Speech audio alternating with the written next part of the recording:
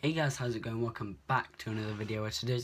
Today, guys, I'm just going to be doing just a little bit of a video, just kind of reviewing the Premier League and the starts of the Premier League that some teams have had, because I've been talking about the Championship in my last video with Sheffield Wednesday, but you know the Premier League's really it's the biggest league in England. There's no denying that, even though I'm a Championship fan. But I'm a Premier League fan as well, and a League One and League Two fan. I follow all the teams in there and some of the players. But so regarding the Premier League, I'm just going to be doing what I think of what's happened really to the start of the season. So I'm going to start off with the shock that is Huddersfield Town. Somehow they've managed to what are they, 5th, 6th in the league, which is crazy.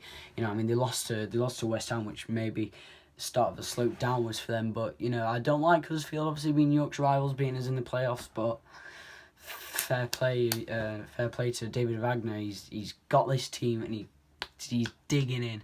I mean, maybe it's just because you know they're all like really happy because they've just come up and you know they feel like they're on some sort of healing, if you know what I mean. They're on like some sort of special cloud, and you know they're cloud nine as the saying goes.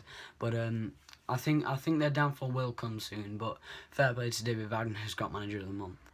Then on to Crystal Palace. Now, I mean, as soon as they employed Frank de Boer and he said that he wanted to play some nice style football, my first thoughts were, oh no, Palace are doomed.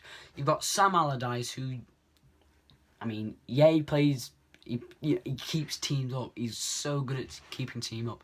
He's the Neil Warnock of the Premier League, but his style of football does not fit, you know, Scott Dan and all those centre-backs that they've got, and Johan Cabaye. You know, you can't go from playing under Sam Allardyce to Frank de Boer and expect it to work. It was never going to happen.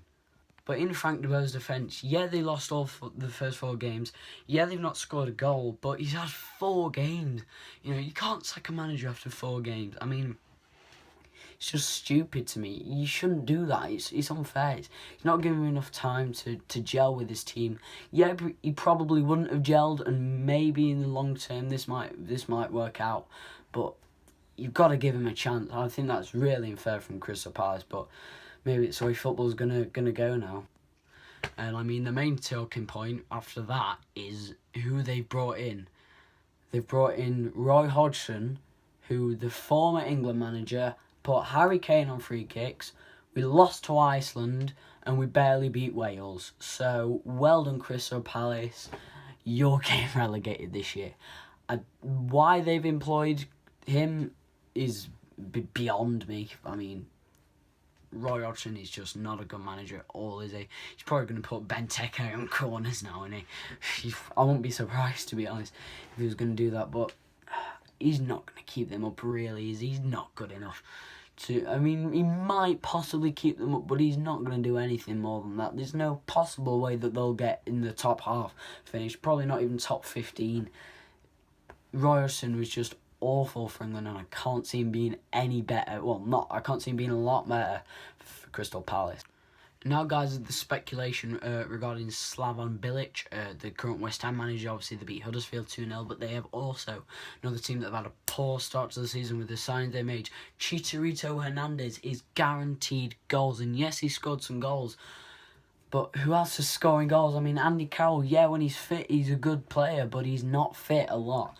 I mean, what's his name now? Michail Antonio. His name slipped out of my mind. Michail Antonio, who maybe it's because he used to play for Wednesday and I've got a bit of a biased opinion, but he's a good player. He's a good, solid Premier League player, and you know, you've got him playing for him. You've got Chicharito Hernandez. I mean, Joe Hart. Everyone has his questions about Joe Hart.